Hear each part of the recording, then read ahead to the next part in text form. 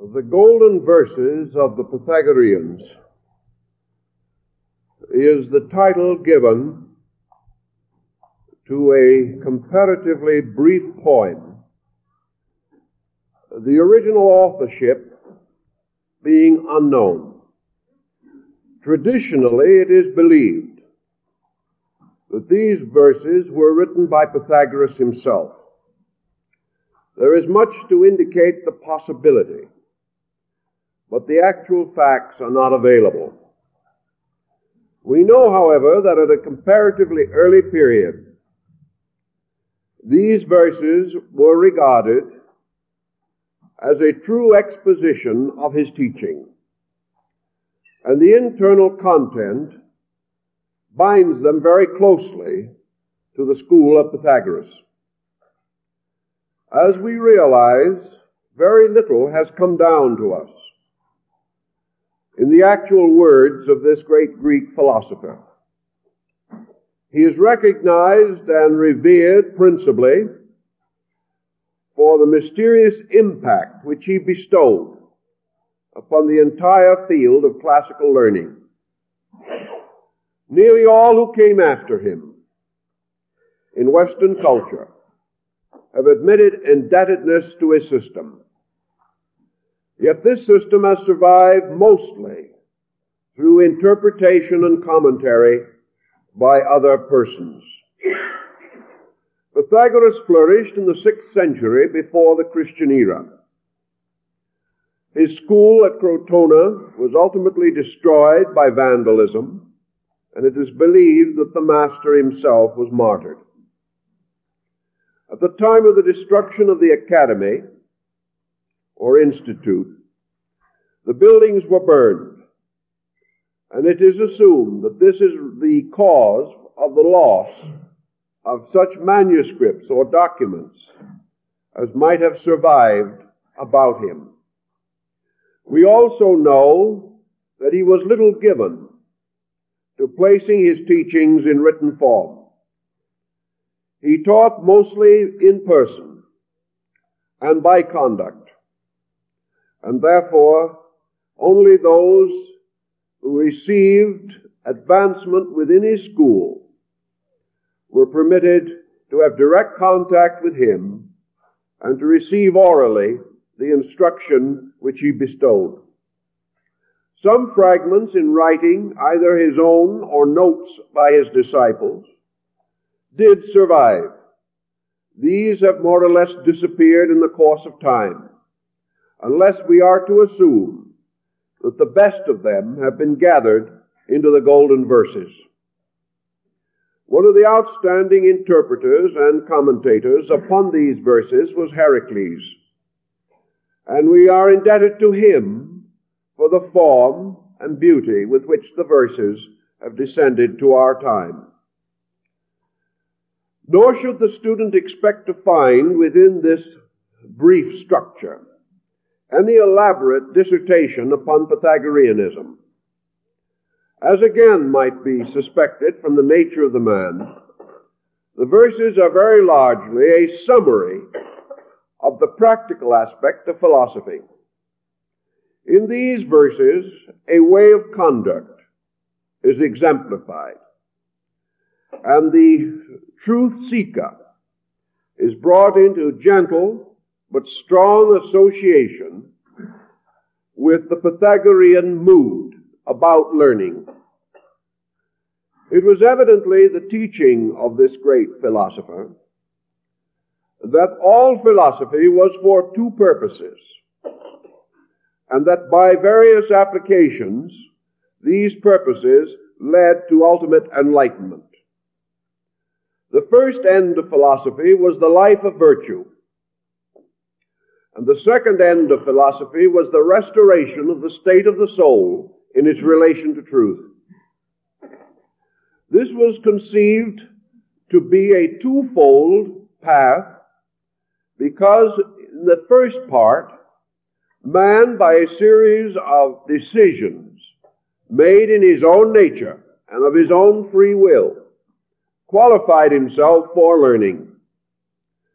The second and following part assumed this qualification had been attained, and that from that point on, the mind and the reason, liberated from ignorance and error, could proceed directly toward the contemplation of reality. The verses are a sort of Orphic hymn, much in the classical mode of the time, and begin with the importance of man establishing the practice or habit of venerating naturally and simply that which required or invited veneration. Therefore, the verse is open with the simple reminder that it is the duty of all good persons to venerate the good, to hold in highest esteem those divine powers which are the fountains of good. Thus man is encouraged to acknowledge and to learn to adore and understand the spiritual roots and beginnings of our life. And in the Greek manner, it would be natural that the verses should therefore open with a kind of hymn, inviting the truth seeker to pay homage to the gods, the heroes, to just persons, and those who by various achievements and attainments have become worthy of our deepest and most continuing regard. It was the natural practice of the Greeks to invite the individual to grow through a kind of discrimination, and this is represented in the opening sections of the verses. The individual who can perceive the good, though he may not yet practice it, who has this discrimination within in himself to honor first that which is most honorable, to venerate first that which is most venerable, will through these procedures come to recognize the importance and dignity of good things. If we give our lives cheerfully and our hearts and minds gladly to those things which are best, if within ourselves we gradually develop a code in which we honor, respect, and revere those qualities which are most eternal, most worthy of our general and continuing admiration, then we are constantly presenting ourselves with good ideas. We are constantly reminding ourselves of the importance of the life of virtue as the pathway leading to the attainment of truth. Now, many persons today in our way of life do not feel very much respect or reverence or veneration for anything. And we sort of feel today that to bestow such a mood is to fall under a kind of antique pattern.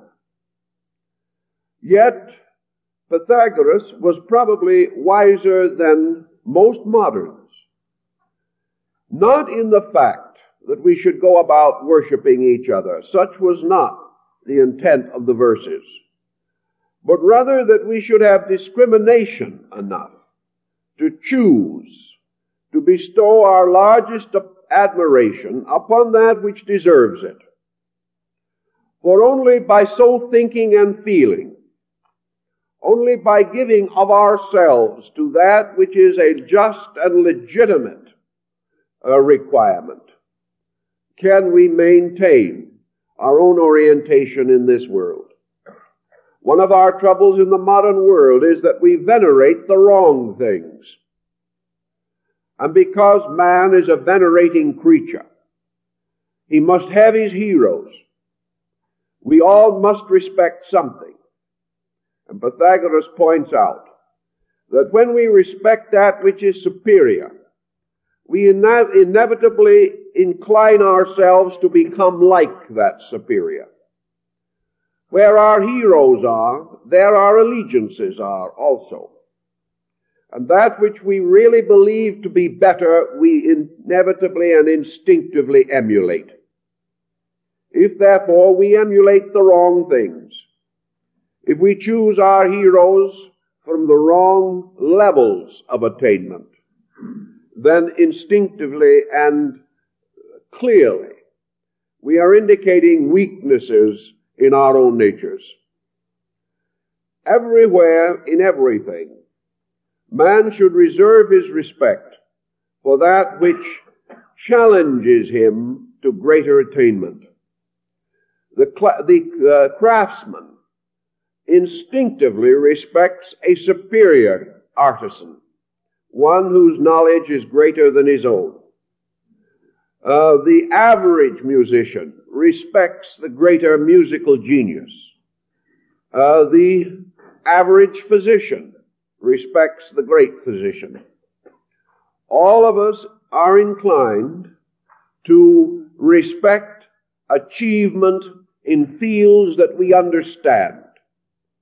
And this instinct should lead us ultimately to recognize the need to venerate those great principles in the universe, which are the fullness of all qualities, which today we recognize and practice only in part. If therefore, in any generation, we examine those persons or things most admired and respected, we come into a valuable psychological key to the qualities of that generation, to its instinctive interests and indifferences.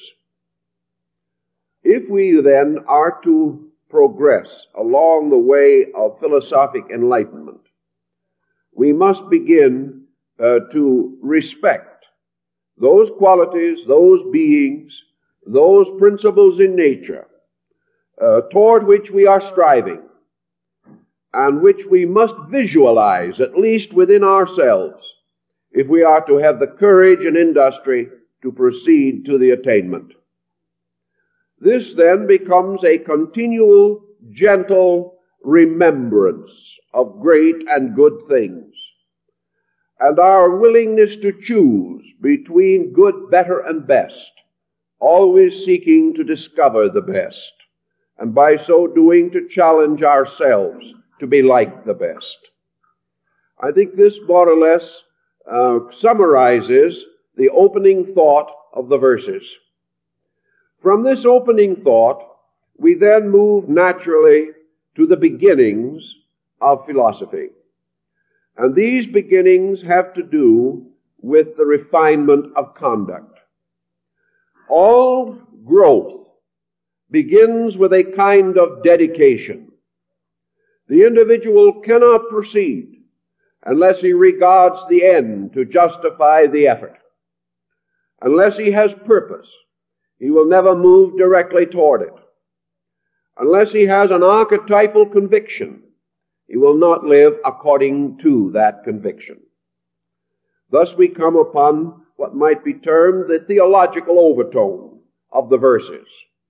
Namely, the man gradually experiencing within himself, through learning, through observation, through association, gradually experiencing the fact that there is a better way of life than that which we commonly live, and that this better way of life has rewards and opens doors and brings consolations that the lesser way of life cannot experience. Thus the verses invite the individual to recognize that a superior way of life is man's protection against those conditions which arise from an inferior way of life. That growth is continuous, and that therefore man is constantly seeking nobler and fuller expressions for his own internal resources. Thus, the beginning of man's life of discipline is not effective unless this discipline is purposed. The individual cannot discipline himself, nor will he find the incentives or the moral support of his own energies unless this discipline is purposeful, unless it becomes the most important thing in all the world. The individual will not have the energy and the continuity and the dedication to carry it on toward the attainment of self-improvement. Pythagoras obviously knew in his time, we find records historically bearing upon these matters, that the average person, though he be uncomfortable, miserable, variously dilemmaed, does not in all these negative circumstances have sufficient energy or sufficient inducement to correct his own way of life. He is rather hope against miracles, phenomena of some kind which will save him in spite of himself. He seeks to surround himself with comforts to substitute for the absence of securities. He is forever compromising because his incentives and his inducements are not great enough. Now the Pythagoreans were well aware that man's inducements must clarify with his growth. The individual in a state of ignorance cannot be certain of those great good things which are the ends of wisdom. Yet discipline comes to him from another source, whether he be certain or not. And this source lies in the religious conviction of his peoples. In those days, of course, what we would term today the agnostic or the atheist were rare. There were not great numbers of persons who were unbelievers, who did not have some faith or substance of belief in themselves. Therefore, the beginning of this discipline was to a degree simple religious virtue.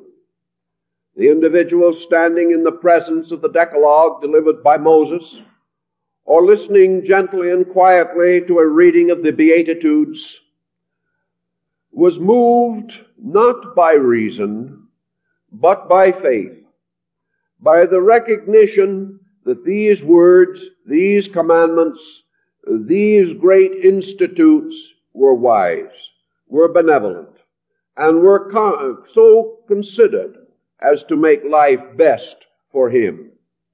So the beginning of the life of virtue is the acceptance of the divine way, as brought by revelation, by teachers, by venerated prophets, and by the great spiritual leaders of the race. Under these conditions, the individual may turn to piety simply because it is the good way, not because he understands why, but because he knows in his daily conduct that persons who live this way are better friends, better relations, more honorable associates in all the walks of life. He learns in his daily living that we finally depend for our safety in this world upon the honor of others, and that this honor is important to us, and that our honor is important to them. Thus, the honorable life must precede the life of discipline. It must be a way in which, for reasons commonly obvious, we do those things commonly approved as good, maintaining constantly with it the simple faith that the performance of these good things is not only acceptable to our fellow men, but is in harmony with the great religious and spiritual universe in which we exist. So in the beginning all things may not be clear, but that good is desirable is universally accepted, and that which is desirable shall be practiced on all occasion and with all fortitude, and the individual shall, in the service of good, strengthen such resources as he may possess. So the Pythagorean golden verses begin to emphasize the gradual establishment of value. They begin to point out how man attains to his natural human estate, and that this estate begins in the cultivation of adequate self-control, in all things, that there can be no victory for the individual who is unable to direct his own life, that this direction of life becomes more clear as we proceed, but that at any stage the individual must still be the leader of the total of himself. So we have another ancient classical axiom, namely that man as a being, as a center of life and light, must lead his total personality and never be the victim of it. Thus the best part of man must govern man, even as the best part of men must govern the rest. And as God, being the best part of the universe, leads all of it, so in every creature there is a God. There is a supreme being or power or principle, that which is superior to the rest, and this must always guide the rest. If the individual is not led by the best of himself, he falls not only into evil, but falls away from religion. For the best part in all things is that part most like God. And not to be led by that is to fall into error. Thus the God in things must be the protector, the guardian, the teacher, the guide, and the master of all the parts of its own nature. So man seeking for understanding, seeking for discipline, seeking ways to put his life in order that he may be acceptable to the Most High, must first of all choose or select the best of himself and make this leader of the rest. Now, in the Pythagorean system, being a philosophical school, it was assumed that in man, that which we call reason is the best part. Now, reason is not just mind, nor is it just emotion, nor is it just higher thinking. Reason is that thing or power or faculty in man which determines the reasonable, which determines those things possible, likely, those things next in sequence. Reason not only lifts man from a lesser state, but it prevents him from tumbling headlong into an unknown state. Reason not only hastens him from his ignorance, but reason also slows his step when he comes to things more difficult than he can immediately manage. Thus reason becomes a constant impulse toward the reasonable. And the reasonable in turn is the essence or principle behind the practical. Therefore all things truly practical are reasonable, and all things truly reasonable are practical. And that which is practical is that which makes possible in each instance the greater good. Thus all practical purposes are those purposes best calculated to most directly attain a desirable and necessary end. That reason should lead, therefore, means that the individual should be led by his own discriminating power. And discrimination is not only a stimulant, a principle of aspiration in man, it is a moderator. It is a guardian against all excess. And Pythagoras was one of the first to point out that aspiration not controlled by moderation can itself be an excess. And that there are many virtues which, if over-practiced, become vices. And nearly all virtues, separated from the total pattern of the way of virtue, isolated and broken off from the parent stem, will themselves lead to confusion and discord. So the reasonable must in all other things be the governor, most suitable to be venerated, most worthy of our admiration. And by the reasonable, the Pythagoreans pointed out that in man, these reasonable powers are like the divine powers of the universe. They are not only the guides, but of themselves and in themselves. They are the sources of the reasonable world, a world of things essentially good, until through ignorance and through man's own lack of discipline, they are brought into inharmonious proportions and relations. Thus man is to be guided and led by the reasonable, by the cultivation of his own faculties and powers, so that he may become a reasoning being. Now, reasoning also points out that in life nothing must be done without a reason, and nothing for which there is a reason may be left undone. So the Pythagoreans were very strict on this point, that the moment it becomes obvious that we have a need, that need must be met. And it must be met in a manner that is in accordance with the laws governing right action. And in everything, a problem always implies that man has not yet focused his own reason and his resource upon some circumstance of life. Man can never be problemed by that which is less than himself, but he is always in the presence of problem when he deals with that which is in excess of himself. Therefore he must grow, and solution is always the enlargement of himself, so that he becomes greater than the problem that confronts him. Now the reasonable, if it is once enthroned as the governor of life, and its responsibilities and its proprieties are delineated, the reasonable then begins to demand of man that he unite all other resources in its service, that all things must lead to a fulfillment of reasonable ends and purposes, and that man's composite nature must serve his enlightenment, contribute to it, and assist him to grow more rapidly.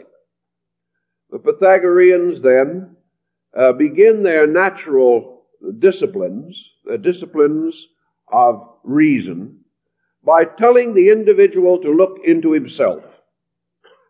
And to look into himself, they established a discipline which is strongly emphasized in the golden verses. And this is the discipline which we might call retrospection. That every person at the end of his day must sit down and turn his own life into a text for his own enlightenment. Most of us are so busy contemplating the works of others, disagreeing with the opinions of others, and dissatisfied with the conduct of others, that they totally ignore self-analysis. Yet self-analysis is more vital to man than the analysis of anything else. For by self-analysis, man begins to prepare the disciplining of his own conduct. Thus, to the Pythagoreans, philosophy is not an intellectual pursuit. It is a way of life. It is life under the discipline of the reasonable. And any abstraction that cannot be immediately associated with immediate conduct must be held in suspension until the proper time. The mind shall never go into vagary. It shall never substitute intellectual activity for discipline. It shall never retire into a contemplative existence by which it is permitted to ignore conduct. The individual is not to sit in a mountain somewhere looking down indifferently upon his own conduct. He must grow through his conduct and must use his own personal experience as the great text which will lead him toward the life of discrimination.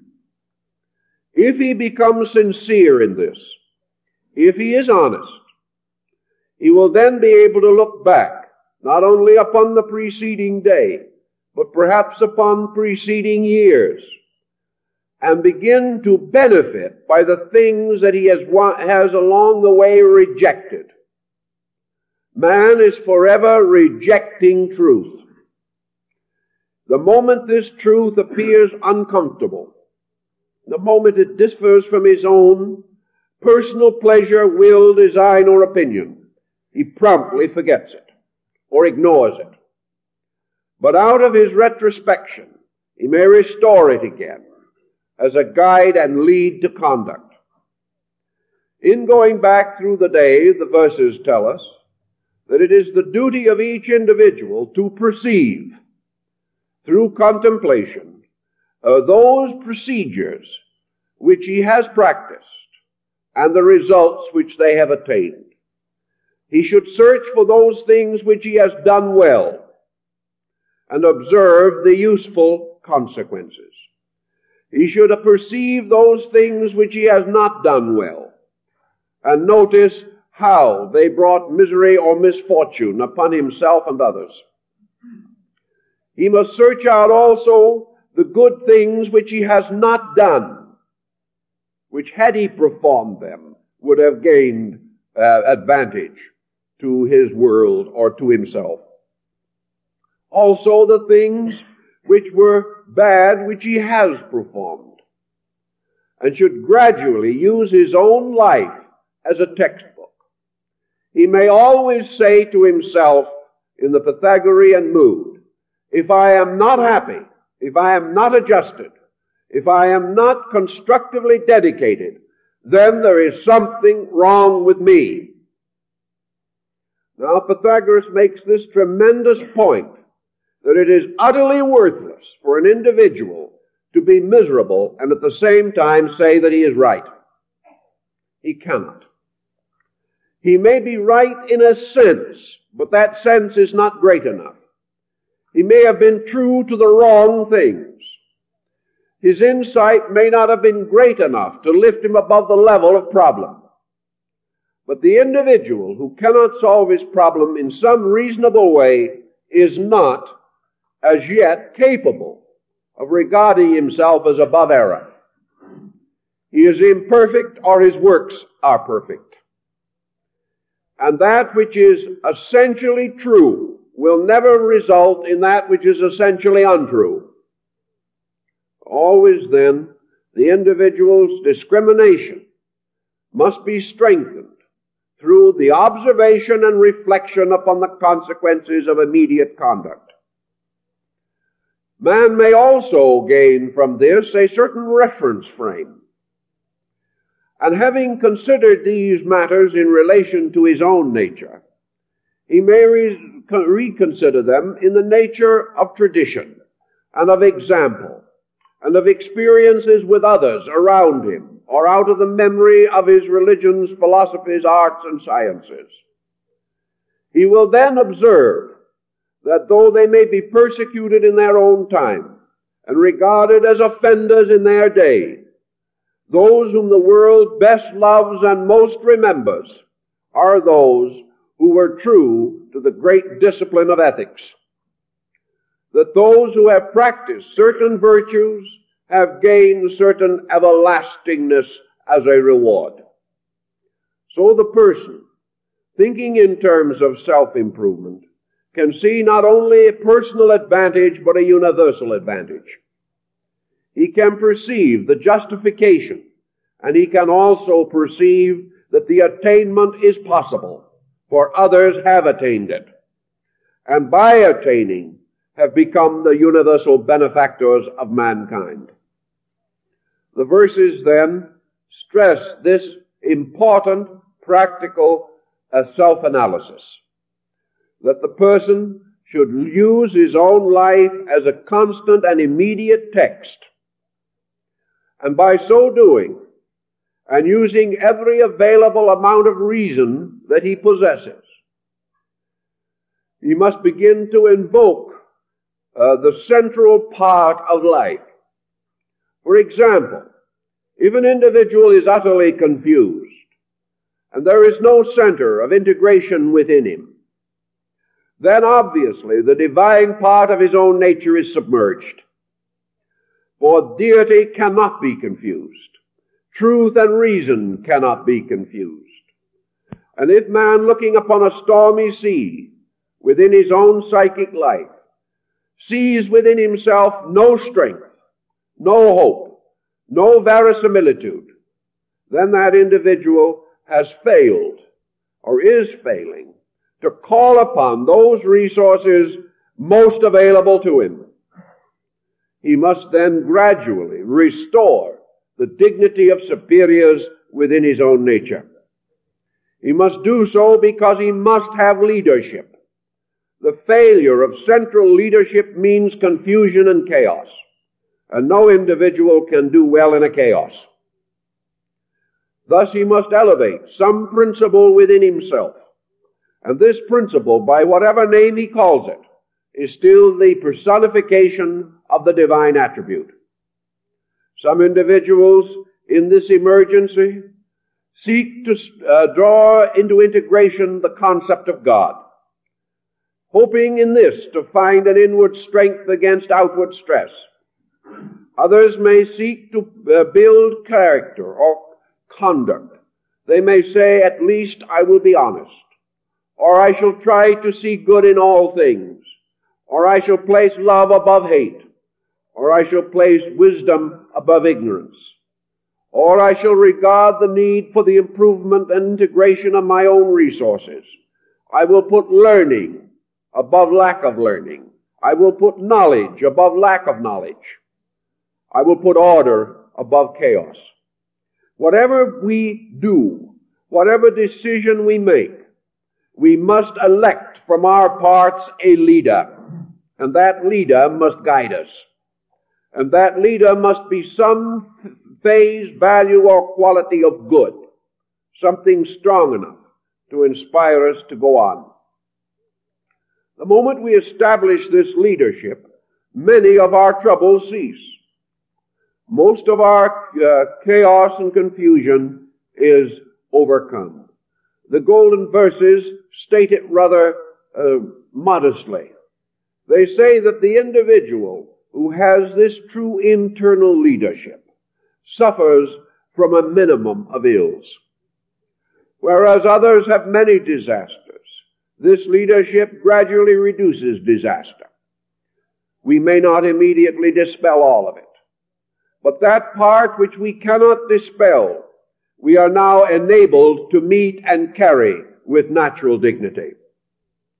So for man in his various intermediate stages between ignorance and wisdom, we depend upon the leadership of the best in ourselves, and we depend upon reason bestowing patience, bestowing understanding, and making all things a little more useful, so that we are often able to recognize the wisdom and goodness in those circumstances which previously disturbed us. Little by little, through these disciplines, then, we begin the integration of a useful and constructive life. Now, the Pythagoreans imposed the discipline of reason upon the immediacy of conduct in this way.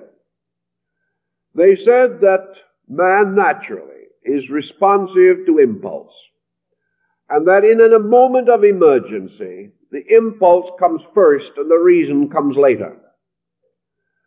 Therefore, it is up to man to remove emergency as far as conceivably possible from his entire pattern of life.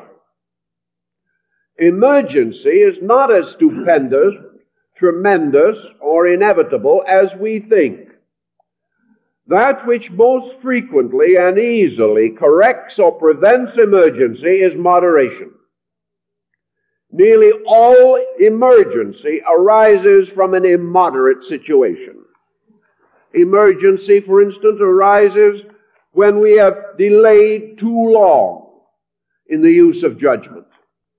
Emergency arises when we come into the presence of the unexpected, when in sober truth we should have expected long before. Emergency comes with the impact of a sudden incident, yet there are very few sudden incidents in life. Thus, emergencies may be reduced. There are some which we probably cannot immediately cope with. but the daily emergencies which lead us to the common mistakes, which in turn gather to cause an unhappy life. These emergencies are, most of them, to be easily prevented, easily met, if the individual will use discrimination and will be led by the principle of wisdom within himself. Thus, our life to escape emergency must be, says the verses, the life of moderation. Moderation, for instance, in itself cuts away from us much discord. Moderation in all things will not only assist us to rule our affairs more adequately, but will liberate much of our time from the burden of critical situations. Moderation also prevents those excesses of temperament by which we push matters too rapidly, or also will prevent us from permitting emotion to dominate conduct in a critical situation. Moderation is the reduction of excess. It is the reduction of ambition to reasonable bounds, itself something that will protect health, happiness, and help to strengthen the relations of life. I was talking to a family not long ago in which the family is bankrupt simply because the man of the family is inordinately ambitious. He is so ambitious to attain certain things that he is neglecting life itself for these things. And in all probability, if he continues his present course, he is heading into a nervous breakdown, or he is heading into a heart difficulty. And this ambitious man, who has had no time to live as a father, a husband, and a friend, will probably drop dead in his 50s without ever having achieved the natural good things which life could bestow. Naturally, his attitudes are warped by the lack of social adjustments, and he is a poor person because his ambitions have never been moderated by other values. Always, moderation releases energy from things inferior and dedicates it to the attainment of things superior. Moderation in living reduces the jealousies and envies of our associates. When we try to live beyond our means, we make enemies. We also destroy the trust that people have. And when we become hopelessly in debt, we destroy our own security. By doing all things moderately and reasonably, living in the natural dignity of our kind, and placing the attainment of value above the attainment of things, yet at the same time neglecting no duty or obligation. Thus we become moderate creatures, and through moderation relieve ourselves of a great variety of emergencies. The individual who has all lost his furniture, his automobile, and his house because he could not keep up his payments is a person confronted with an emergency, and we may be sorry for him. But he will continue to have emergency because it is in himself and not in the financing corporation. He has simply failed to be moderate. He has failed to be thoughtful. He has failed to let reason guide his conduct. Therefore, he is in trouble. And as Pythagoras even then pointed out, such men in such emergency curse the gods, failing utterly to see that it is their own mistake. By moderation also, we reduce pressures, and pressures release thought. And where pressures come down to a moderate level, the individual has greater mental leisure. He has greater opportunity to plan.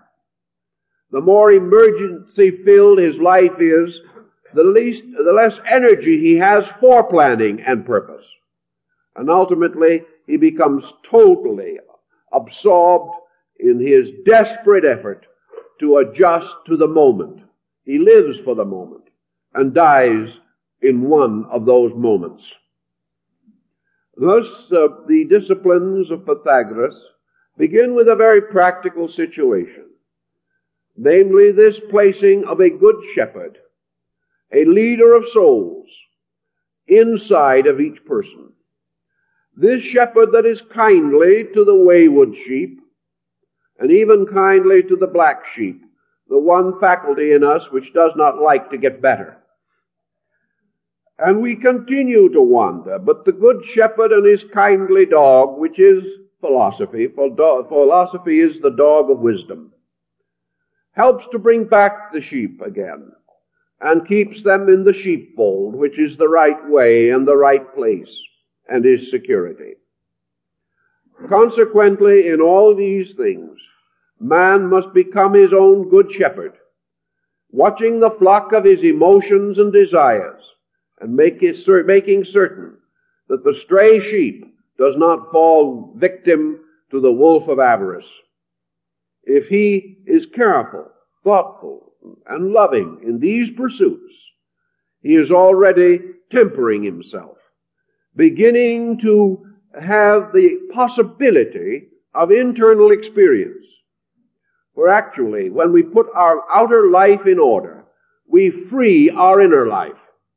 We give it an opportunity to do those things and be that thing which is right. Now, as we begin to overcome these weaknesses, we clarify values in terms of internal. We discover that the ways of the internal are more beneficial, more pleasant, more useful than the ways of the external. We realize that every part of ourselves, and in the golden verses some emphasis is placed upon the body, that it is proper that man should regard the body as the instrument of his purpose, that he should be kind to it, guard it, take care of it, and preserve it by his own reason from any excess that will injure it. But if his own reason and his own emotions themselves are addicted to excess, then he works a terrible hardship on his body, bringing it down to ruin and bringing with it the ruin of his inner life. Thus the importance that man's leadership shall be complete, but always benevolent. Man is not presumed by philosophy to become a tyrant. And the tyrant of mentalism has no place in the Pythagorean system, because the reason is a godlike quality in man. And this godlike quality is not only wisdom and discrimination, it is also love and faith and hope and charity. Man should not be charitable to others and heartless to himself, nor should he be heartless to others and charitable to himself. He should practice all these virtues in their natural and proper sequences. If he forgives others, he should forgive himself. And if he is willing to overlook his own faults, he should be equally willing to overlook the faults in others.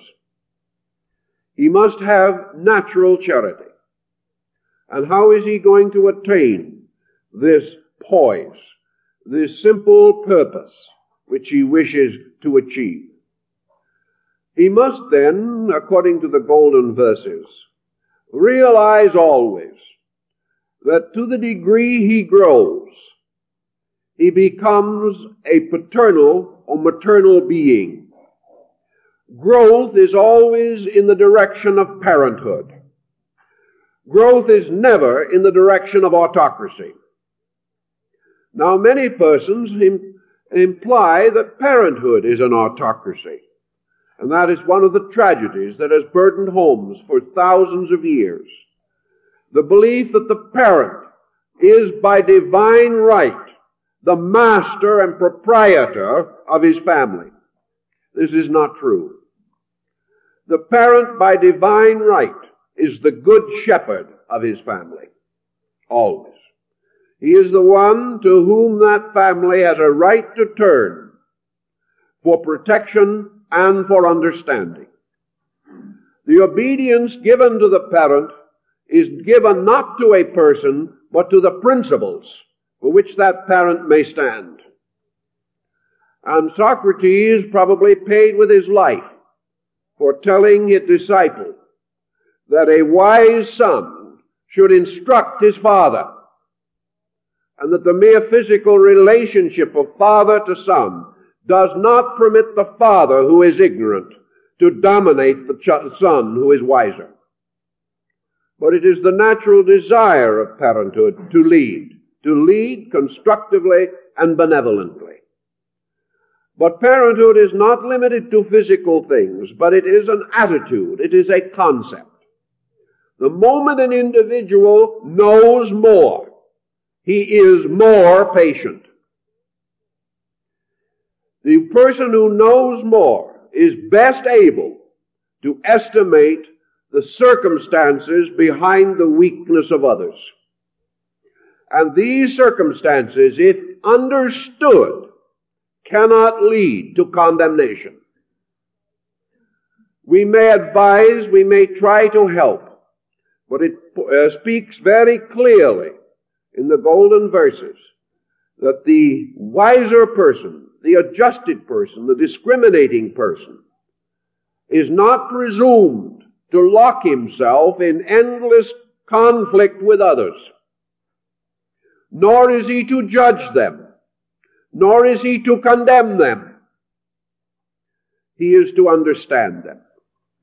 And this is the blessed privilege, for as much as the parent is indulgent with the small child, knowing that that child must pass through certain experiences, so the wise scholar is indulgent with those less informed than himself, realizing that they are children, or less mature than himself, and therefore in need of his love and affection and his intelligent guidance, not in need of heartlessness, criticism, condemnation, or rebuke alone.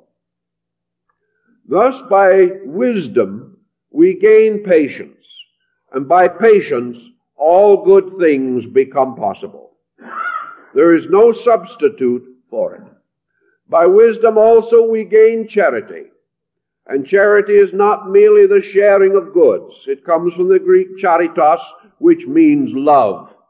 It is the individual giving of his own understanding, giving of what he is, not merely of what he has.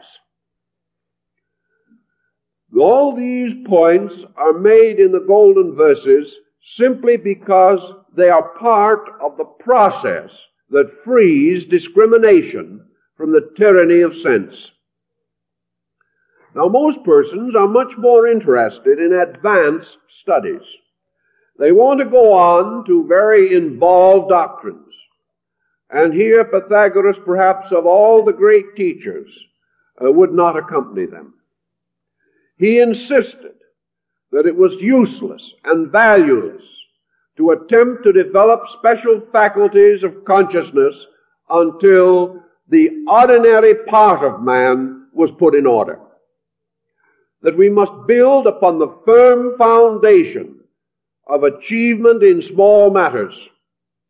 That we must grow sequentially, and that we shall never discover anything that will cure our dispositional problem except our own effort. We can never intellectually advance far enough to get out of our human problem. The only way we can solve that problem is to meet it and correct it. The only way we can gain this liberation is through this retrospective process of studying ourselves. Now, very often, this kind of study has a drawback. And this drawback is more common to us because, as we have said, the modern world is rather different from antiquity in its attitude toward life. The Pythagorean disciplines belong to a way of life in which man had certain definite values which are more or less absent in our contemporary pattern. Pythagoras lived in a world of people who were essentially simple people. He lived in a world in which man's religion was a very simple and naturalistic ritual. In those days, there was not much fear in religion, nor was there the pressure of confusion, of sect and belief, which we know today. The Greek and Italian states had their native religion. Most persons followed it. Some attempted to interpret it, but a common faith held all men together. Also, there was a great and definite tendency to admire the philosophic life. Religion and philosophy led the public mind. Those who attained in these fields were regarded as the outstanding citizens. Thus the drift or trend was toward these matters, whereas today the drift and trend is not toward these matters. And the individual does not have the common strength of a natural, simple faith, which was founded in the belief in good, and that things which were natural, fine, orderly, sequential, and kindly were good. Not having this common strength today, not having this simple foundation upon which to build, we have more confusion in our ways than perturbed the ancient. At the same time, we have greater opportunity, for the greater the problem, the greater the victory. The more of our total being is released as the problem becomes heavier or more complicated. So the Pythagoreans began with their simple problem.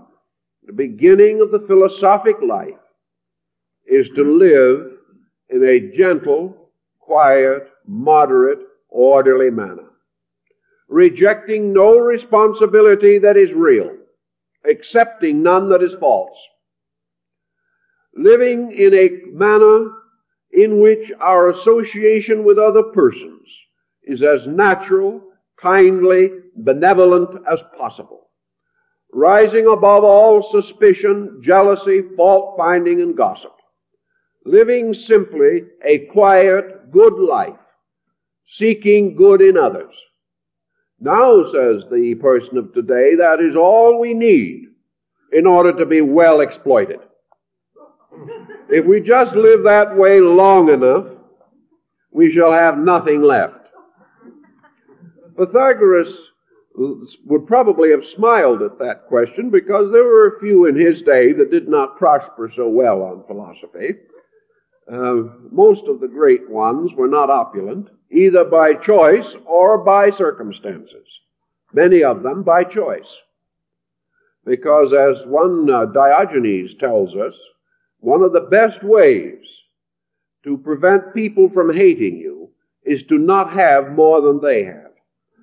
And in order to get down to the point where you have less than the poorest, you must have nothing.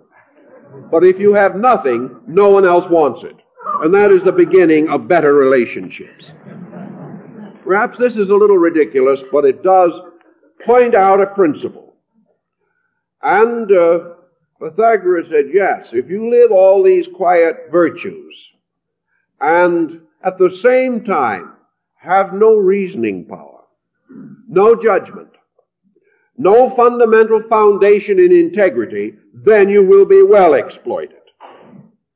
You will be exploited for your secondary virtues because you have no primary ones.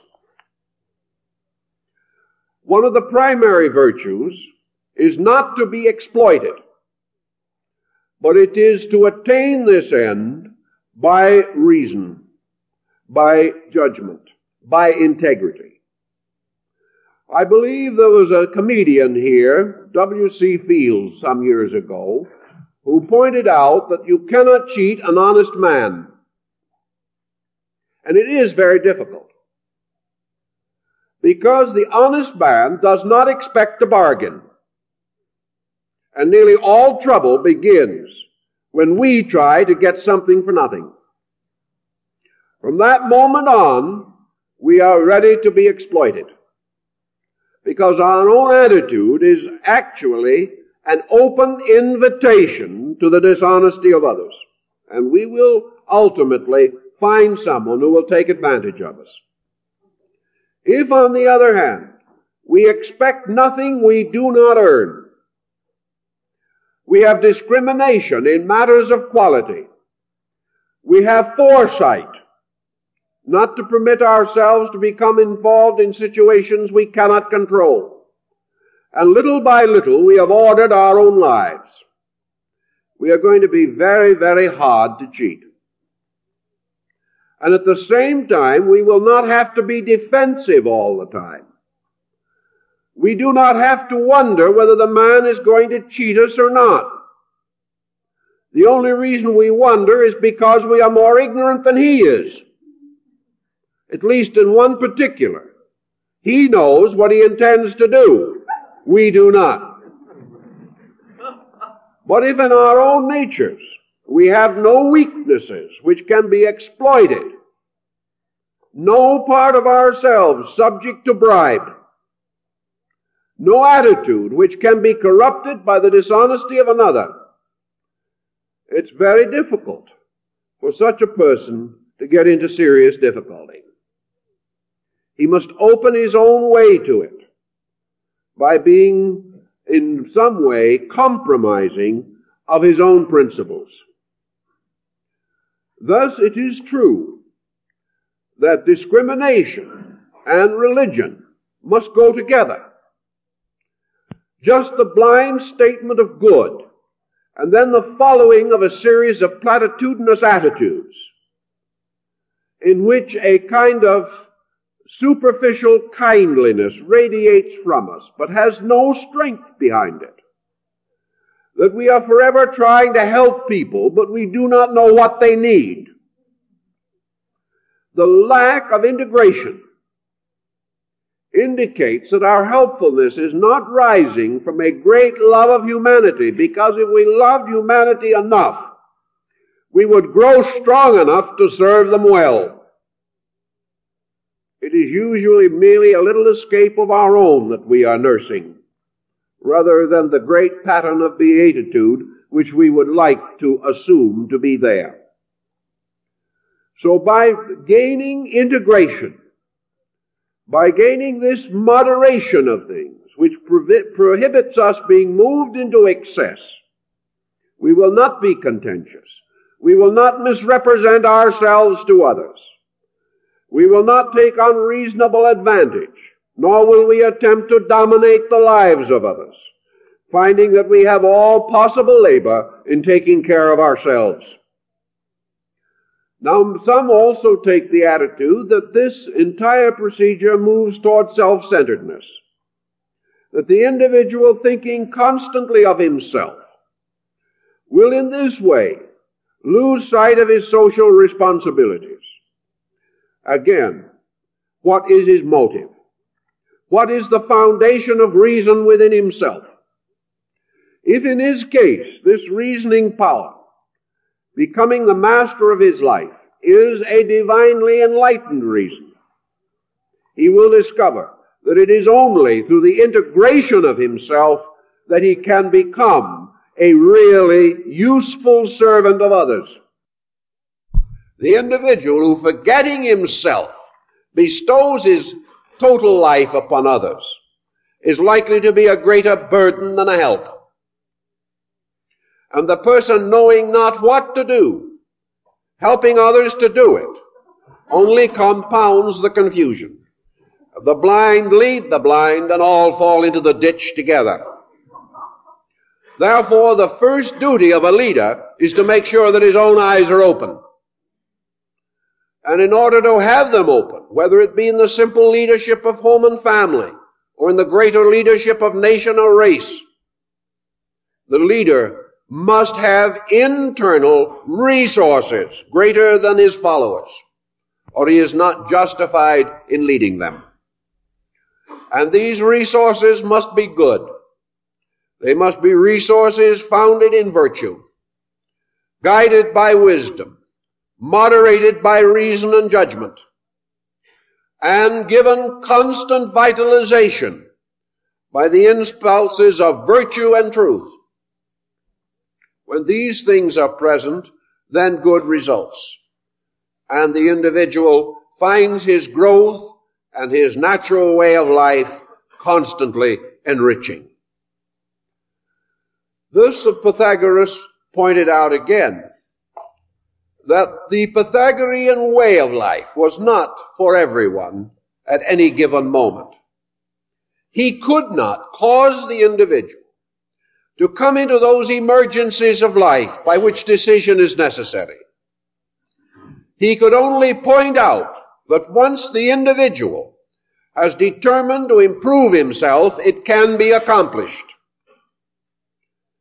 If, therefore, the individual, coming in his own due time to that maturity of insight, which makes him realize that improvement is necessary to survival, only that individual is ready for the philosophic life.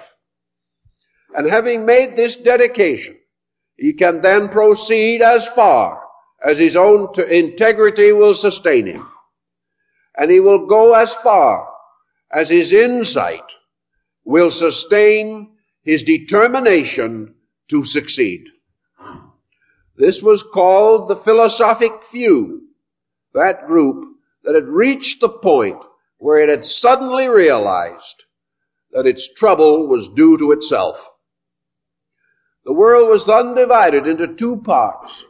The larger part, being composed of persons who blame others. They are the unphilosophic material. Then there is the smaller group that recognizes self-responsibility for the consequences of conduct. This is the smaller group, ready for greater insight. And those who had this insight could be led along the road of wisdom and could make that journey which leads finally back to our eternal home. The rewards of discipline, then, are the gradual integrations of the factors of living, so that at last we can sit down quietly and say to ourselves with full meaningfulness that we live in a good world, that we are surrounded by people who are essentially good, whose conduct that has long offended us is the result of the same circumstances that impelled our conduct which so long offended them.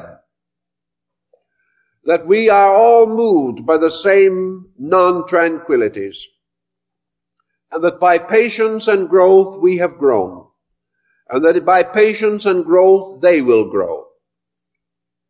We are there to help them, but only to help them to help themselves, for no man can grow for another, and no man can save another. But by example, we can invite others to the contemplative way of life. Having gradually reached this integration in ourselves, we come to the end of conflict. We are no longer bowed down by the opinions of others. We no longer cater to their weaknesses. We no longer subscribe to their superstitions. Rather, we live quietly, respecting all things, and serving mostly and with all our contrition of spirit that which is essentially true. Thus we come to what might be termed the fulfillment of the cathartic discipline of purification. We have removed impurity from ourselves. For all negative emotions, all negative thoughts are impurities. All things which are not toward the good are away from the good. And that which is not for truth is against truth. And that which brings misery to ourselves and sorrow to others is not for the truth. Nor can we practice it with good grace, even though it be a dogma or doctrine of our time.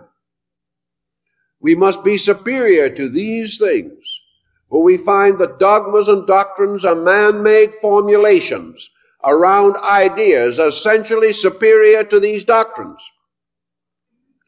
And beyond all doctrine is the simple example of the good life lived by the great teacher who was the source of the doctrine. Having thus concluded or consummated a reasonable attainment in the life of discrimination, the life of purification, the verses then tell us to direct our attention towards the sovereignties of those divine powers which are the rulers and leaders of the universe. From overcoming weakness, we then move to the growing of strength. From getting rid of that which is not so, we come to the cultivation of that which is so.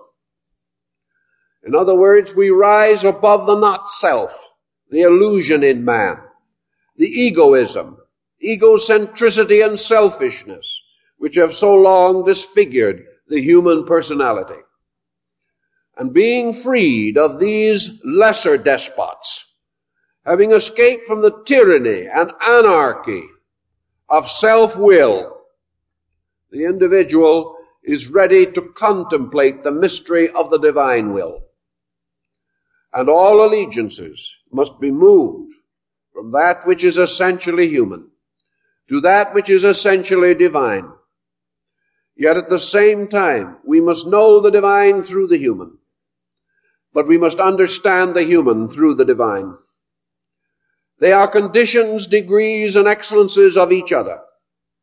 And these we must contemplate with every means at our disposal. The being, the self in man, freed from slavery or involvement in the hopeless confusion and complex of externalized existence, naturally turns its face like the sunflower to the source of its own light. It naturally and instinctively rejoices in good and moves toward the experience of identity with good. As this goes along in its reasonable and proper manner, the human being finds moving from within himself the tremendous flowing of the divine will. He recognizes that to the degree that he is receptive, the divine becomes an immanent thing, filling all of his parts and members, and causing him to become more and more like the source of good. And thus the individual, through the rise of his contemplative disciplines, moves into the true state of religion. And the true state of religion is companionship with God, comradeship with universals. The individual, having given up a false allegiance, must now make a true one. And in his true allegiance, he unites himself with that sovereign power which moves all things. He becomes aware more and more of divine consciousness because he has freed himself from the obscuration of mortal consciousness. He finds himself not only thinking about God, but with God. Not only experiencing the fact of the divine as a wonderful rationalized knowing, but also emotionally reacting to it, until finally it becomes the total being of himself. Thus the attainment of the better life leads toward this mystical experience, this illumination, this final identification, which is the sovereignty of truth in the life of the person. Only after the disciplines, therefore, does man gain the power for the unconditioned veneration of the ultimate good. To venerate, we must to a degree understand. We cannot truly venerate that which is incomprehensible. Therefore, to recognize universal good, we must have some of goodness in ourselves. If we would recognize universal truth, we must have some of truthfulness in ourselves. Finding in the infinite the fulfillment and fullness of all virtues which we practice in part. But in time that which is in part shall pass away, and we shall know all things in fullness and in truth. So the Pythagorean verses go on to indicate the future state of these beings which have emancipated themselves. And of course, following the old Greek and also the Egyptian method, the philosophy ties into the mystery of death. Because death now becomes symbolical. Every time we forget the old, we die and are born into the new. The individual who gives up a grudge dies to be born a better person. For always death is the giving up of the old, and birth is the attainment of the new. Therefore, every day that we grow, an old self dies, and a new self is born. Bondage lies in continuing in the same self, without freedom. If we never outgrow what we have been, we are bound to it forever. And this is inconceivable and impossible. Therefore, we are forever being reborn. And we are forever dying out of a lessness. And with every new experience, which is like the addition of a molecule or an electron to a formula, a totally new being comes into existence. Therefore, St. Paul says, I die daily. And out of this constant death of the old and the rebirth of the new, man is moving forward in consciousness. Every disillusionment, discouragement, despair, criticism, and condemnation is another death. Every discovery of good is a new birth. Every hope that springs within us is a new birth in time. A birth of a new being dedicated to new purposes and new principles. There is an old self in each of us that must perish, and a new self in each of us that must be liberated into manifestation. And this new self is a messianic self, a self which has within it the healing of all the old problems that burdened us. Every time we become bigger than a problem, we are reborn because we have attained freedom. We are in slavery to ignorance, but we are free men in the light of truth and of wisdom and of understanding. So in the death situation or symbolism comes the idea that through the death of the old, through the death of the lower being, man is liberated into the higher regions of true being. And the Pythagorean verses go on to point out that man, having attained the philosophic death and the philosophic rebirth, the old self having died by discipline, the new self having been born by inspiration and aspiration, that this new being now transforms itself from a creature of the earth to a creature of heaven. It is like this fable of Cupid and Psyche. It is like the butterfly symbol which the Greeks used for the soul. The mortal being a caterpillar crawling upon the earth, then entering discipline or into a state of internal integration by building the cocoon, and finally bursting forth as a winged creature, flying into the light. These are the states of man's soul. And it is the purpose of the golden verses to bring man to this radiant power of flight, to give him the wings of intuition and reason, that he may ascend out of the darkness of the underworld, straight to the light of truth. And these are not the wings of false learning fastened on by wax, which will melt off when we get too near the sun. These are our natural wings, hidden within ourselves, not put upon us from without. And these natural wings will sustain us, for we contain within our own nature this power of flight, this power of motion directly to the source of things. And it is so moved toward the source that man attains the end of the Pythagorean life.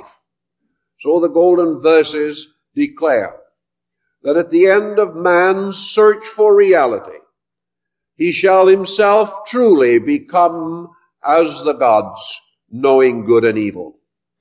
he shall attain to communion with the eternal powers at the root of life. He shall join with them and serve with them. He shall be their instrument, and they shall live through him. And through his own growth, man keeps the faith with the gods and releases them. For a God is born every time the God in man is born. And all good things coming into birth through man bear witness to the eternal will of the everlasting good. Man, becoming a servant of good, becomes one with the gods. And having attained this, according to the Pythagorean verses, he enters into a state of felicity. He then comes no longer into the sorrow and darkness of the unknown, but he goes forth serving good as gloriously and as fully as he has previously served ignorance.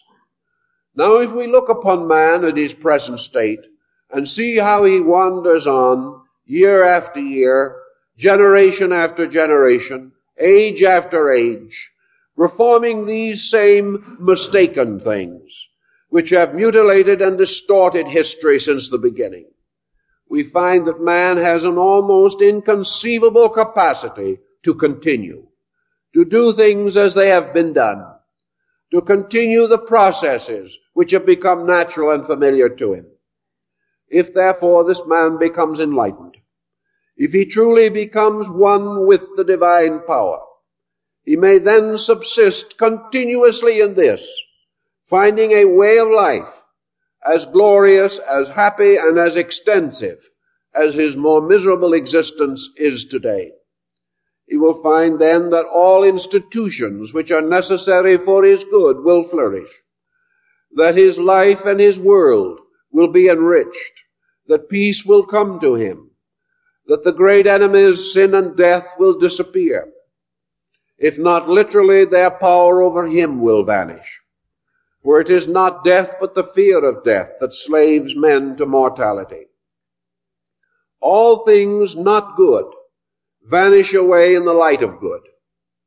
And it is perfectly possible and perfectly conceivable for men to live as well as they now live badly. That only, however, through the attainment of that which is true and necessary can this be done. Discrimination then gives man this picture of well-being, of rightness, of suitableness in all things, and reminds him that he is human, that of all creatures that he knows, he has been most internally gifted with understanding, with insight, with skill, with faculties and powers, with memory and imagination, with sense and intuition, that he may accomplish all these things. That these wonderful faculties should be bound utterly to a narrow circle of materialistic activities is naturally unreasonable. Man with 1/10 of the faculties could maintain himself as efficiently as the ant, whose culture and civilization from a practical standpoint is far greater than ours. But man has other purposes. He has other reasons for existence, and that he should have these powers and not recognize that they are invitations to growth seems incredible. That man should be able to look around him and see that he is greater than the animal, and yet have no desire to excel that animal in essential matters, is amazing and almost beyond conception. That we should see the great achievement of a few, that we should contemplate the wonderful attainments of those honored and venerated persons whom we regard as sanctified, and yet have no general impulse to emulate them, not to recognize that within ourselves is an open door leading to universal integration. Not to see this in the presence of the power to see it means that we have long been chained and held to false opinions. The Pythagoreans 2,600 years ago sought to bring these facts to man. That man, being obviously the noblest creature that we can perceive, must also have the noblest destiny. and that this destiny cannot be fulfilled in war and pillage and competition and strife, that these things do not lead to the end for which man is intended. They do not bring him into living communion with the gods. They do not restore him to his eternal estate. They do not liberate him from sin, ignorance, and fear. These things must be attained from within. A man endowed with the power to attain will attain if he makes the sincere and natural effort. But against this effort is the constant inertia, bounded by this eternal feeling that we can't do this and we can't do that. We simply lack this tremendous drive. Nature bestows impetus by giving us problem and showing us that we must either solve or be miserable. And in this emergency, with all our faculties and all our powers, man decides to be miserable. He still rejects solution because this solution takes effort. And our civilization has gradually decreased our desire to use our resources for a purpose relating to our inner lives. Yet without this resource, so applied, our outer lives will never be solved. So the golden verses point to this future state in which man, joining with the gods in the infinite empyrean, lives forever in beatitude, not necessarily actually meaning that he's going off into the sky and stay there, but meaning that he has found heaven within himself.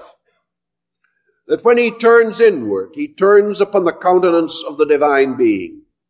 That when he is quiet, out of the hidden springs and fountains of his own soul flow waters of life, instead of the polluted streams of his own perversions. That he can sit down and be at peace. That he can dream and hope. That his faith is stronger than any doubt. And that in all decision, he decides with the gods. And having made this decision, finds that in all things the divine power is with him. This being with the gods, being true to the rule, having the courage and insight and love to dedicate our powers and skills to that which is the greater good, this decision, this insight, brings with it the consolation of spirit that surpasseth understanding. In that time and under those conditions, all these dark things will pass away. We shall no longer see through a glass darkly, but face to face. And we shall also discover that in this seeing face to face, life becomes very simple. That philosophy becomes very simple. And that out of all learning comes only the strength to do that which is simple, to do those things which are true, and then to live quietly in the constant light of the presence of truth. To make this attainment is our natural end and our natural birthright. And into the golden verses, therefore, have been incorporated what seems to me to be the essence, the substance of the noblest thoughts of man. No great religion can deny these truths. It may attempt to develop them or specialize them, but still the principle remains that man, through the reformation and rededication of his life, through the offering of himself totally and without reservation to the service of truth and upon the altar of good, by these dedications and these consecrations, man justifies the good life, justifies the presence of the gods, and that which he earns he shall have, and that which he serves shall come to him, and that which is his duty shall be shown to him, and he shall dwell in peace with the gods through all eternity. And he shall have, as the ancient said, his birthright in everlastingness. Time's up.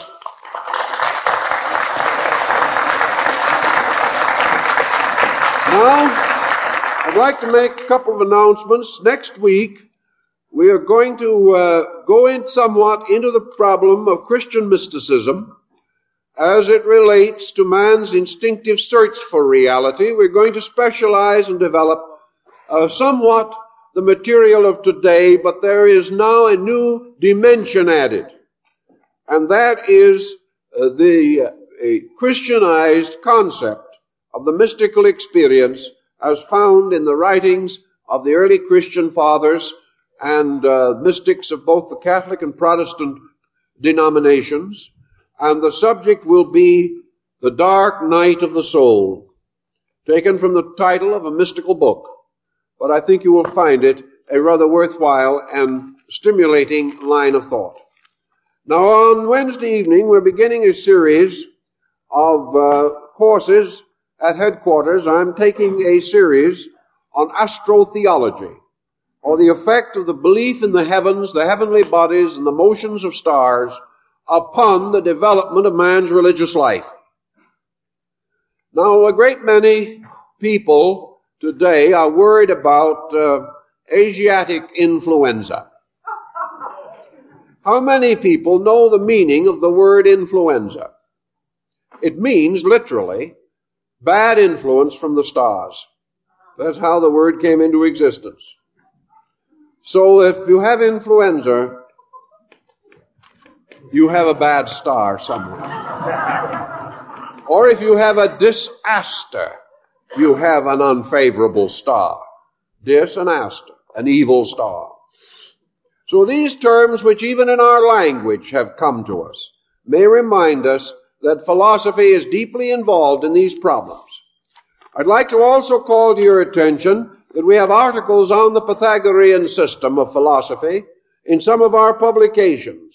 We have a section on it in our book, Journey in Truth, which deals heavily with the Greek classical wisdom.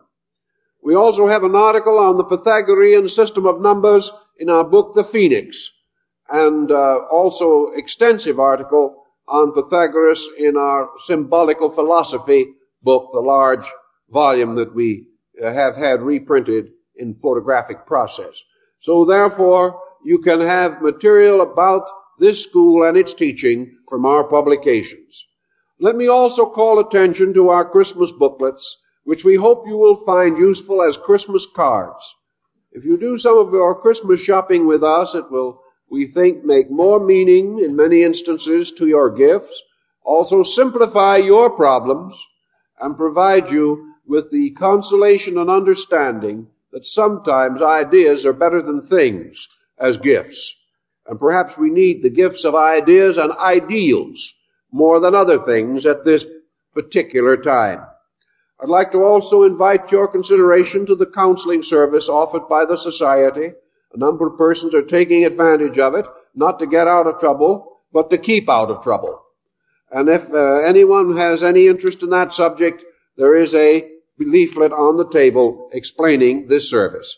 If you are not on our mailing list, we'd be happy to have your names and addresses, and we hope you will visit our book table. We thank you for being with us and hope to see you next week.